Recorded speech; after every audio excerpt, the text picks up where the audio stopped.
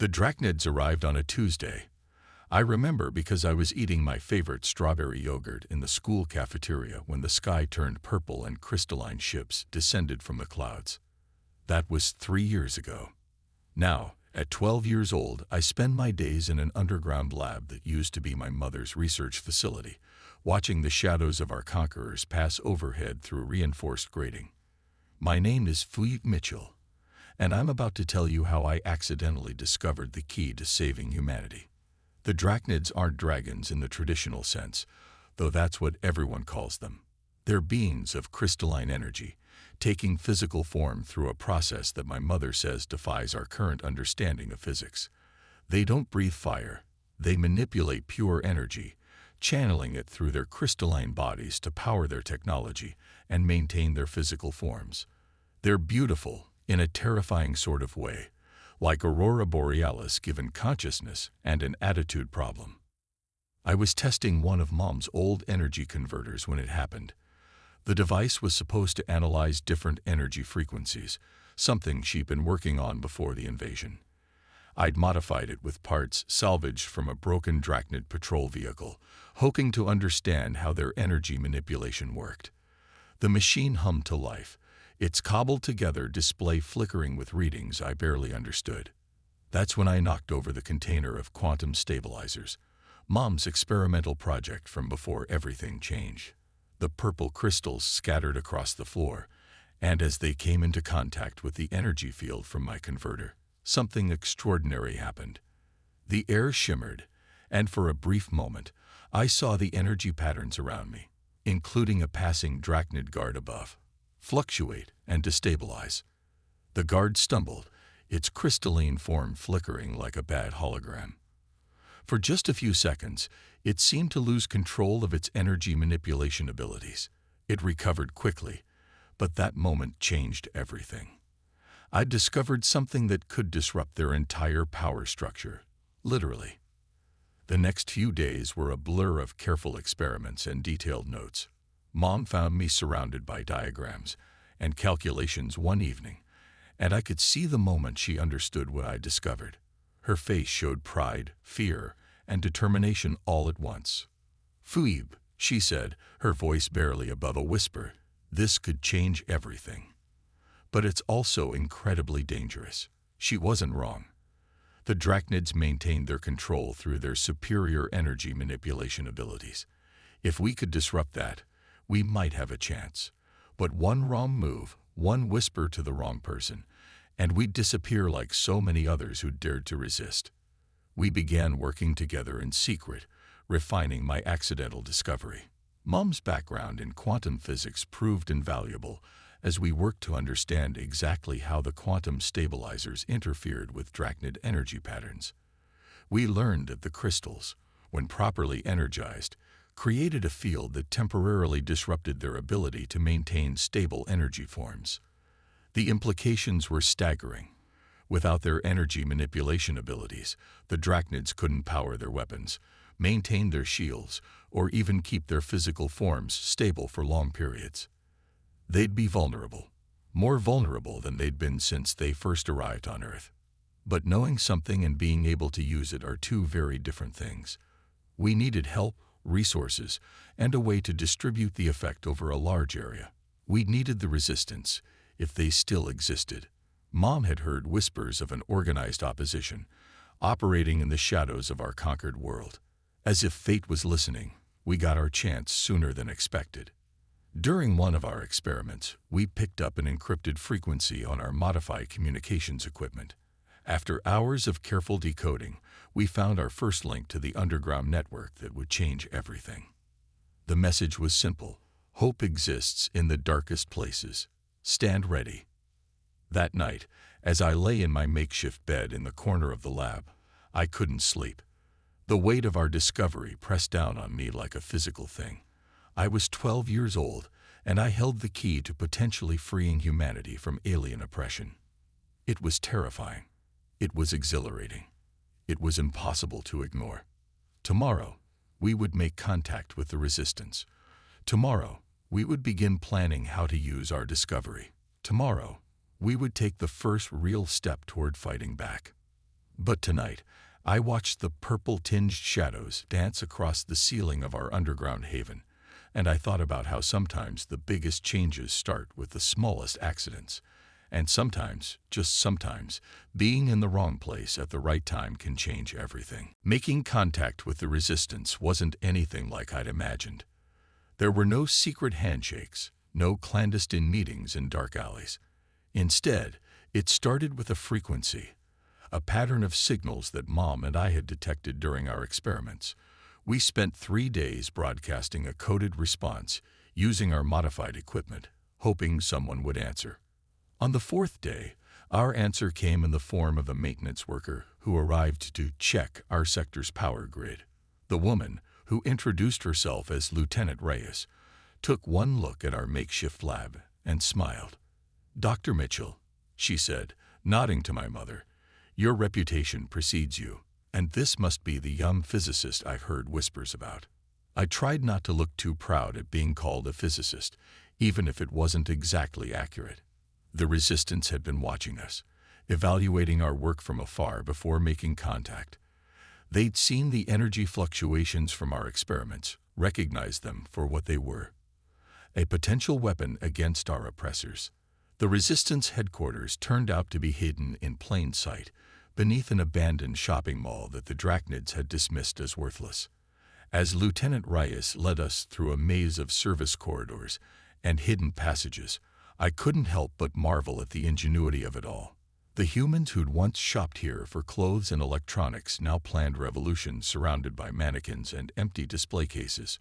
We met the resistance leadership in what used to be a security office. Captain Isabella Torres, a former military scientist, commanded the operation. Her second-in-command, Dr. Marcus Harrison, had been a quantum physicist at CERN before the invasion. They listened intently as Mom and I explained our discovery, the way the quantum stabilizers could disrupt Drachnid energy patterns. "The theory is sound," Dr. Harrison mused, studying our data. "But the scale, to affect their main power core, we'd need to produce the effect on a massive scale." He looked at me with newfound respect. "Your modifications to the energy converter were quite innovative." Captain Torres was more focused on practical concerns. The Drachnid's central power core is their most heavily guarded facility. It's where they process and distribute the energy that maintains their physical forms and powers their technology. If we could disrupt it, she didn't need to finish the thought. Everyone knew what it would mean. The next few weeks were a whirlwind of activity. The resistance had resources we couldn't have imagined: salvaged Drachnid technology, manufacturing capabilities hidden in underground facilities, and most importantly, people, scientists, engineers, former military personnel, all working together to refine our discovery into a weapon we could use. I worked closely with Dr. Harrison, learning more about quantum physics in those weeks than I had in all my previous studies. He helped me understand why the stabilizers affected Drachnid energy patterns, showing me how to maximize the disruption effect. "The universe is stranger than we imagine," he'd say, "and sometimes the smallest things can have the biggest impact." But it wasn't all scientific breakthroughs and technical victories. The human cost of our resistance became painfully clear one evening when a patrol raid caught one of our supply teams. The team managed to destroy their cargo before being captured, but the loss hit everyone hard. These weren't just soldiers or scientists. They were friends, family, people who'd risked everything for a chance at freedom. That night, I found Lieutenant Reyes in the command center, studying patrol patterns. "You know," she said without looking up, "when I first heard that our best chance against the Drachnids came from a 12-year-old girl, I was skeptical. But age doesn't determine courage or capability." She finally turned to me, her expression serious. "What you and your mother discovered, it's given us real hope. But hope is dangerous. It makes people willing to take risks, to sacrifice everything." I thought about the supply team, about all the others who'd been taken by the Drachnids. "Is it worth it?" I asked, voicing the doubt that had been growing since I saw the grief in everyone's faces. "That's not a question anyone can answer for you," she replied. "But I will tell you this: Every person here has asked themselves the same thing, and they're still here.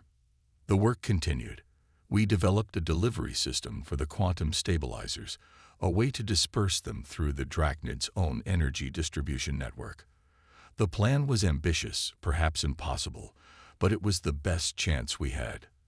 The Resistance gathered intelligence, mapped patrol routes, and prepared for what would be our only shot at victory. As we worked, I began to understand something fundamental about humanity. We're not the strongest species or the most technologically advanced, but we are remarkably good at adapting, at taking our enemy's strengths and turning them into weaknesses. The Drachnid's power core, the very thing that made them seemingly invincible, could be their undoing. 2 months after our first contact with the Resistance, we were ready to begin the final phase of our preparations. The plan was set, the teams chosen, the risks calculated as best we could.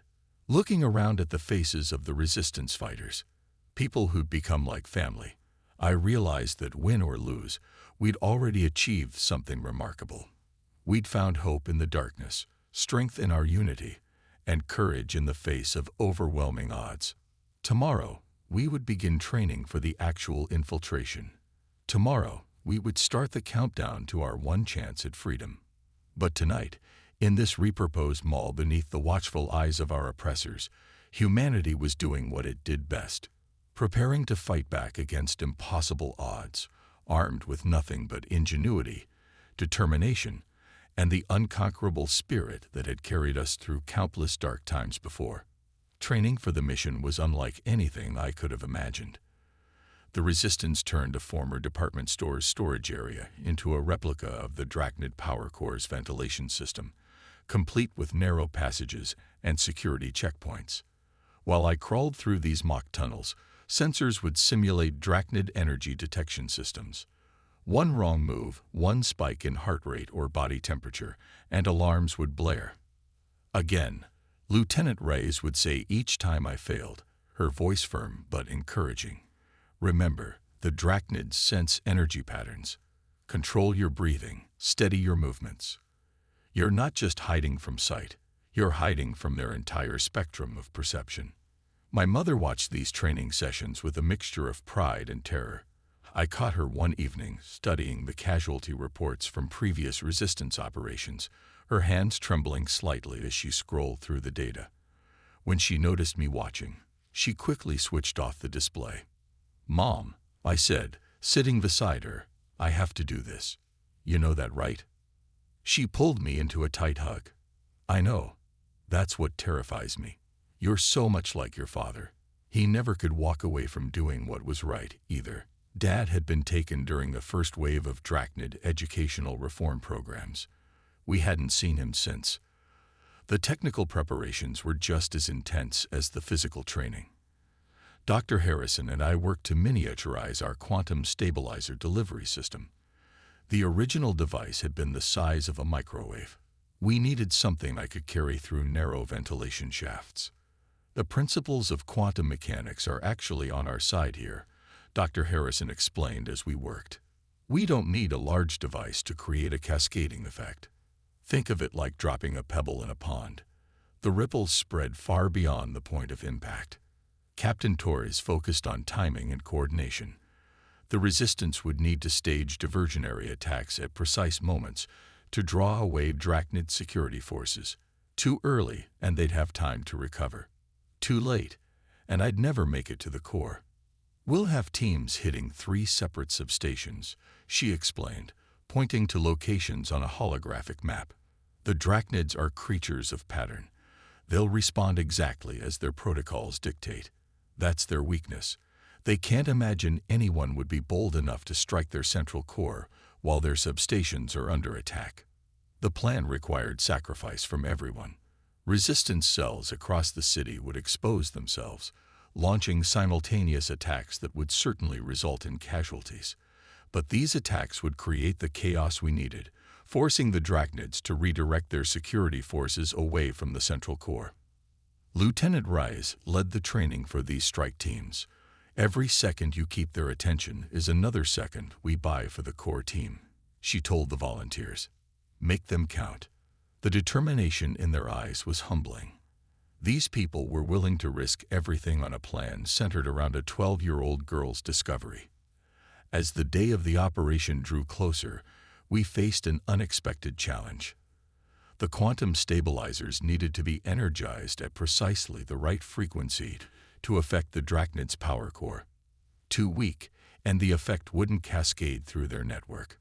Too strong, and the reaction could spiral out of control, potentially destroying everything within a mile radius, including us. Dr. Harrison and my mother spent sleepless nights calculating the exact specifications.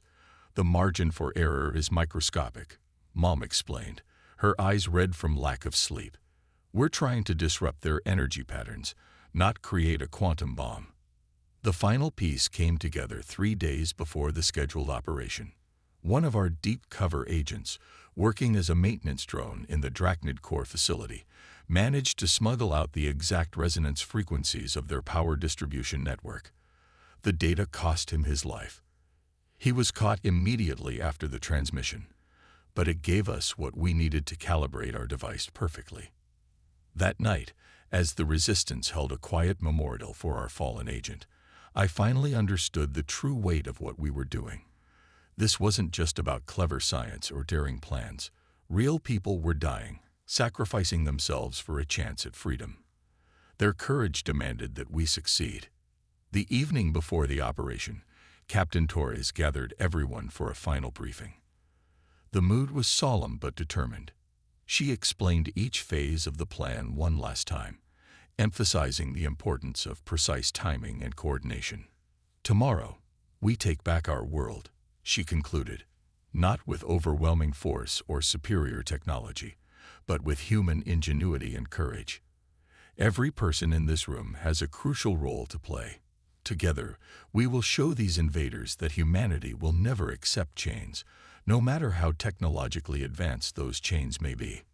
Later, in our quarters, Mom helped me pack my specialized equipment. The quantum stabilizer, now barely larger than a smartphone, was cushioned carefully in a lead-lined pouch. The delivery system, disguised as ordinary maintenance tools, was strapped securely to my back. Remember, she said, checking each item one final time, the stabilizer has to be within 50 meters of their main power core to initiate the cascade effect. Any further, and the reaction won't be strong enough to disrupt their entire network. I finished.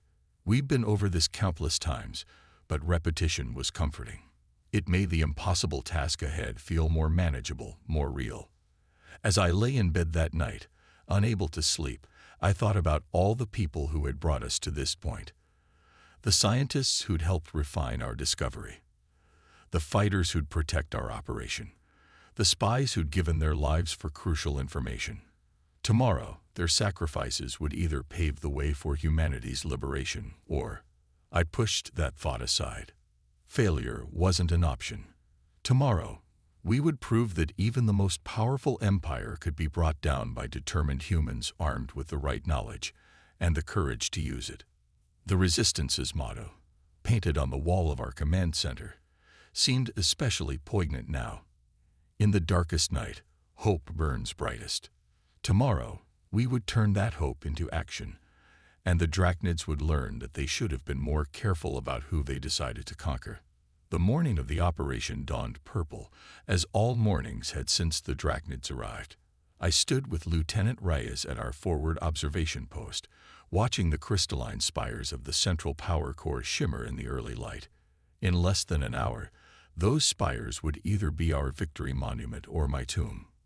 Last chance to back out, Reyes said, adjusting my maintenance worker disguise. We'd replicated the uniform of the Drachnid's human service drones perfectly, right down to the identity chip sewn into the collar. I squared my shoulders. Not a chance. The quantum stabilizer felt heavy in its hidden compartment, a constant reminder of what was at stake. The first phase began exactly as planned. At precisely 700, explosions rocked the eastern industrial sector. Through our surveillance feeds, we watched Drachnid response teams pour out of the central core, their crystalline forms blazing with energy as they rushed to contain what they thought was a major insurgent attack. Team 2, initiate.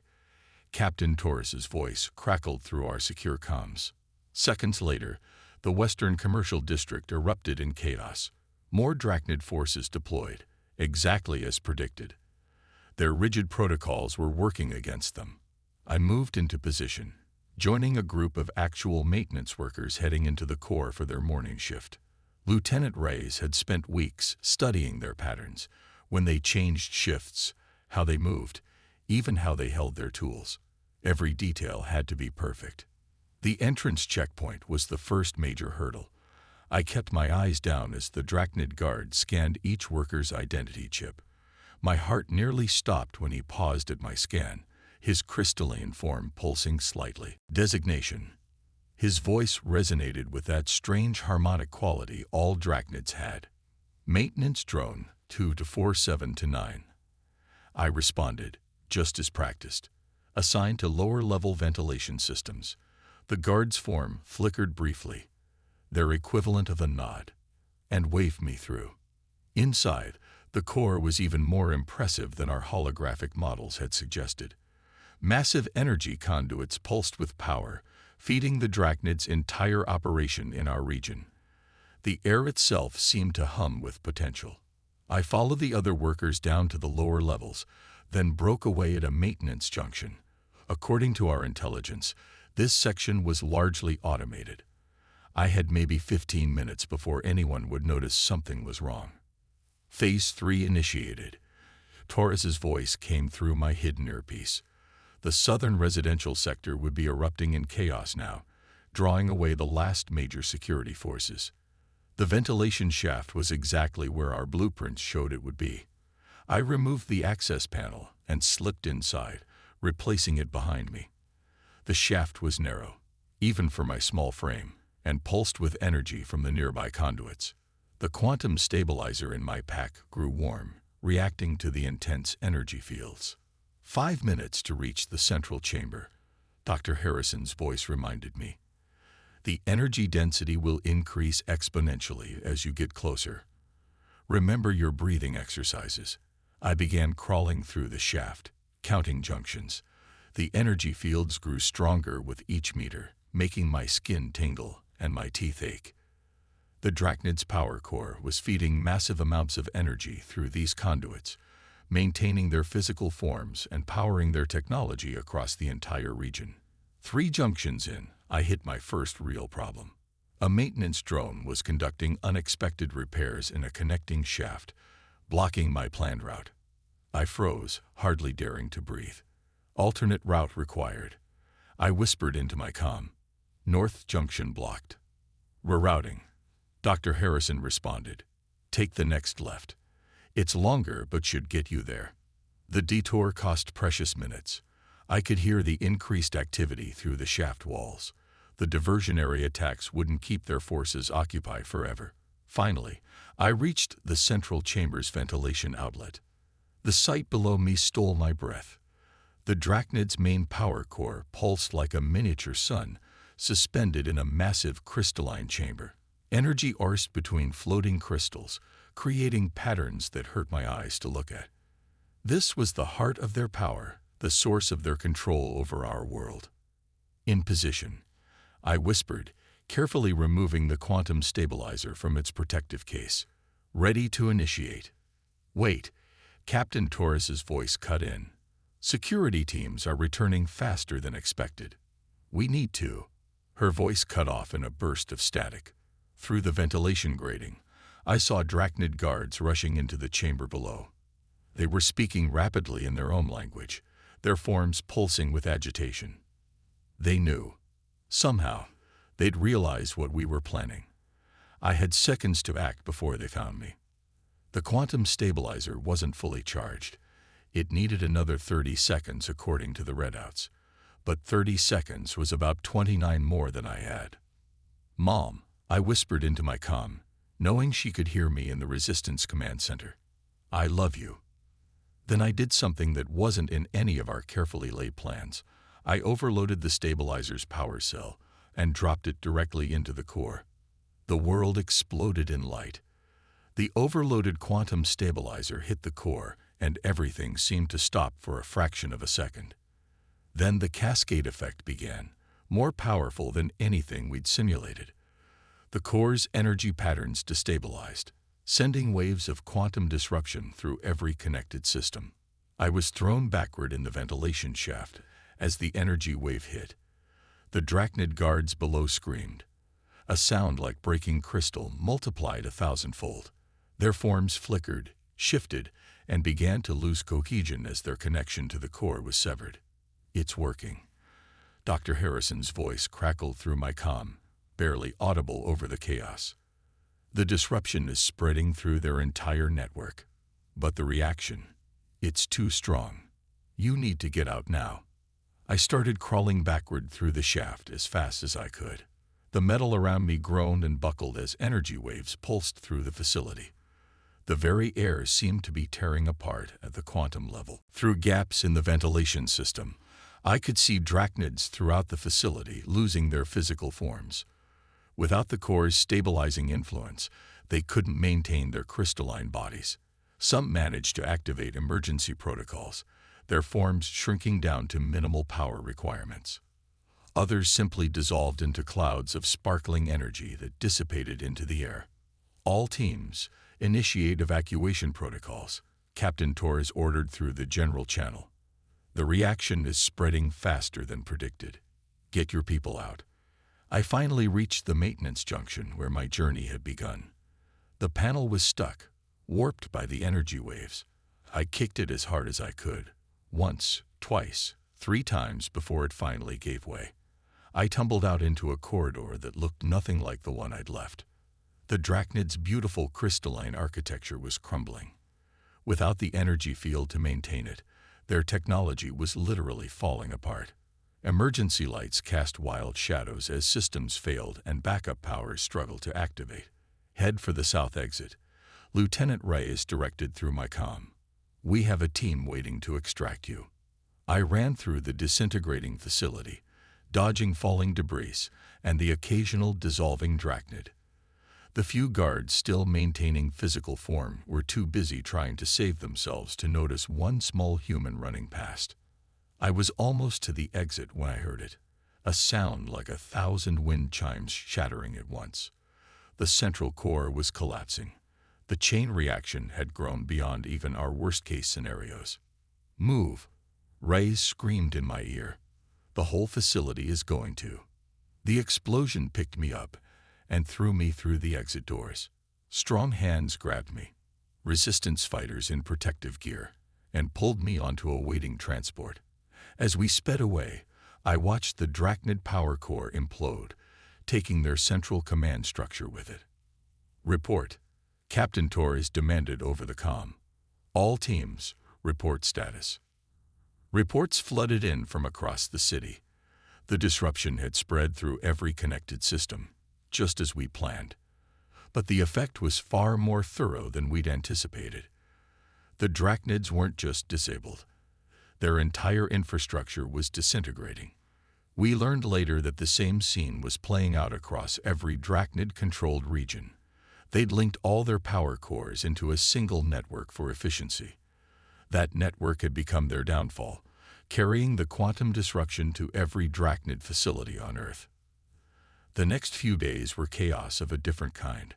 Most of the Drachnids, their physical forms destabilized and their technology failing, fled Earth in emergency vessels that had been shielded from their main power grid. Those who couldn't escape simply faded away, their energy dispersing harmlessly into the atmosphere. The resistance emerged from underground, helping to maintain order as humanity began to rebuild. Captain Torres led the effort to adapt salvageable Drachnid technology for human use. Dr. Harrison headed a team studying the few remaining stable crystals, hoping to better understand the physics that had both enslaved and freed us. Lieutenant Reyes found me sitting in the old Resistance headquarters a week after the core's destruction, staring at the spot where we planned the mission that changed everything. "Your mother's looking for you," she said, sitting beside me. "They found another group of prisoners from the Reformation camps. Your father was among them." I couldn't hold back the tears then. After 3 years, my family would be whole again. Rise put an arm around my shoulders. "You did something impossible," she said softly. "You proved that humanity's greatest strength isn't in our technology or our weapons, but in our ability to surprise everyone, including ourselves." Looking around at the former shopping mall where we planned our revolution, I thought about how the Drachnids had dismissed this place as worthless. They'd dismissed humans as primitive, unable to comprehend their advanced technology. In the end, that dismissal had been their greatest mistake. The skies above Earth are blue again now, no longer tinted purple by Drachnid energy fields. Sometimes, on clear nights, you can see strange lights in the upper atmosphere, remnants of crystalline energy still dissipating. The Drachnids are gone, but they left behind a changed world and a changed humanity. We learned something important from all this. Never underestimate what a determined person can do, no matter their age or size.